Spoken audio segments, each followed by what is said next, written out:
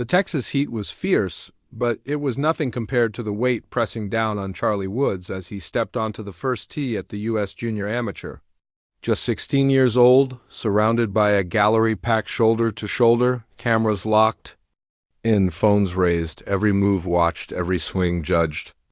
And just off the fairway, Tiger Woods stood still, silent, his presence speaking louder than words. This wasn't a casual junior event. This was the moment, the proving ground. All week, headlines buzzed about Charlie's rise, his playoff win in Coral Springs, his earned spot, his growing identity beyond just Tiger's son. He wasn't riding a legacy, he was building his own. But golf doesn't care who your father is.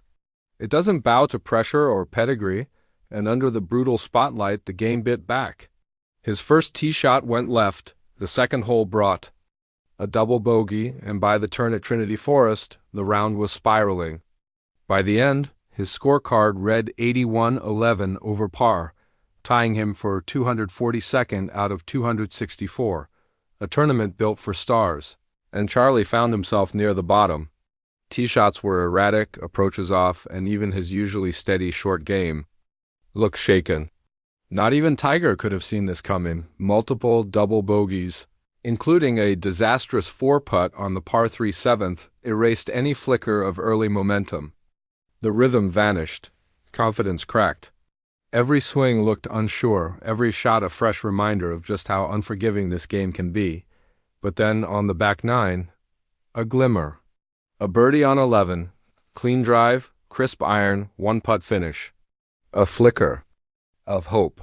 Then another on 15. Was the tide turning? Not quite. A bogey on 16 killed the run, a misread on 17 drained what was left, and a closing par on 18 felt more like mercy than redemption. But the scorecard wasn't the loudest voice. Charlie's body language said even more.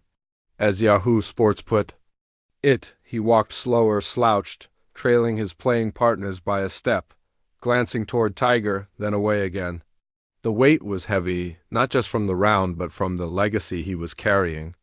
This wasn't just a rough outing. It wasn't a teachable moment. It was a collapse. And with only one round left, the question had changed. Not can Charlie win, but can he even survive the cut? Strip away the emotion, and the numbers tell the same harsh truth. According to NBC Sports and WFAA, Charlie ranked near the bottom across key stats. Fairways hit, just 4 of 14, a dismal 28%, miles below the field average. And on a course like Trinity Forest, that's a death sentence. His scrambling? Among the worst of the day, missed chips, hesitant flops, and reads that just didn't land. But the most brutal number of all? Putts per hole, 2.1. It may not sound catastrophic until you realize, at this level, it absolutely is at this level. Elite junior players typically average around 1.6 putts per hole. Charlie Woods? He averaged 2.1. That half stroke might seem small, but stretched over 18 holes, it's massive. And in Charlie's case, it ballooned into a crushing 81. Then came the 4 double bogeys. Not 1, not 2, 4, each one a gut punch, killing any rhythm just as it began to build. He'd find a fairway, then 3-putt. Stick an approach, then chunk a chip. The short game, once seen as the most mature part of his arsenal, looked completely rattled. And here's where it gets even tougher. According to NBC projections, the match play cut line hovered around +2 or +3. Charlie finished at +11. That's 9 shots back. With just one round left, the math says it's over. But pride? Pride plays by different rules. And by the back nine, Charlie wasn't playing for the cut anymore. He was playing for something deeper, for dignity, for resolve, for the name on his bag. Every swing made that clearer. And as he walked to the 10th tee, the cameras panned to a familiar silhouette in the crowd. Tiger Woods, cap low, arms folded, face carved in stone. No smile, no nod, no encouragement, just stillness.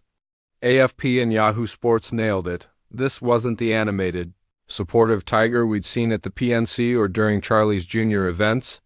This Tiger didn't kneel behind putts or whisper advice. He didn't pump a fist after birdies. He watched, unmoving, as if each swing carried the weight of the Woods legacy itself, and Charlie felt it. After a flared drive or a tugged putt, he'd glance toward the rope line, toward his dad, searching for something. But Tiger never moved. Not a nod, not a tilt. Just a stare under that iconic Nike cap, and in that silence, everything was said. In the past, Tiger was caddy, coach, and cheerleader. But here, on the biggest stage of his son's young career, he stood back. Maybe it was intentional, a moment meant to let Charlie fight his own battles. Or maybe, just maybe, Tiger felt the weight too, and maybe Tiger felt that weight too. Both Golf Monthly and WFAA pointed out how uncharacteristically distant he seemed, arms crossed, expression locked. Analysts asked, was he frustrated, hiding emotion, letting Charlie stand alone? Or did he simply not know what to say as his son's round unraveled in public view? Whatever it wasn't anger. It wasn't disappointment. It was something deeper, something heavier. And somehow it said everything Charlie needed to hear, because this wasn't just a bad round, this was the nightmare round. The gut punch every young golfer dreads. An 81, tied for 242nd out of 264. 9 shots off the projected cut. Now, round 2 isn't about chasing a win, it's about survival. As NBC Sports bluntly put it, it's an uphill battle. No spin, no sugarcoating. To even sniff match play, Charlie will need a flawless round, mentally and mechanically. He'll need to flush the nerves, find fairways, sink putts, and block out the noise, all of it. And the thing is, he's done it before. In Coral Springs, down 2 with 3 to play, Charlie dropped back-to-back birdies and drilled a clutch 10-footer to win it in extra holes. That's the version of Charlie Woods the world's been waiting for. Composed, gritty, fearless. But this isn't Coral Springs. This is Trinity Forest. And the U.S. Junior Amateur isn't an AJGA pit stop. This is the big leagues of junior golf. College coaches. National media, legacy, and behind the ropes, whispers that follow every swing. That's Tiger's son. According to WFAA, Charlie looked stoic but drained after the round. He skipped interviews. No smiles, no fist bumps. Just a quiet walk to the car, Tiger trailing behind, still silent.